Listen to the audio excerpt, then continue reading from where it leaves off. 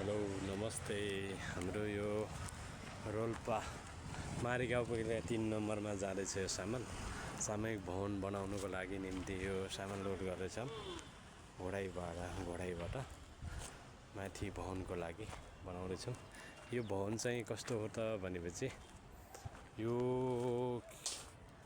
लगभग मेरो नै ठुलो लगानी होला, त्यसपछि गाउँपालिकाको, त्यसपछि क्लबबाट देउसी भैलो खेलेर उठेको रकम र आमासम्म र पैसासम्म गरेर हामीले 50 जना क्षमताको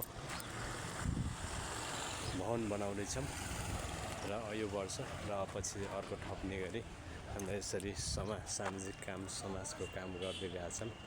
र कुनै विदेशबाट सहयोग गर्न चाहनुहुने साथीभाइहरूले यसो सहयोग गर्नुहोला। हाम्रो यो गाडीवाला सरले पनि सहयोग गर्नुभएको छ, हरेकले हामीलाई सहयोग गर्नुभएको छ र यो सहयोग चाहिँ हामीले शिलामा लेख्नेछौँ, त्यसैले आफ्नो नाम सुदृढ गर्नुहोला है त। धन्यवाद।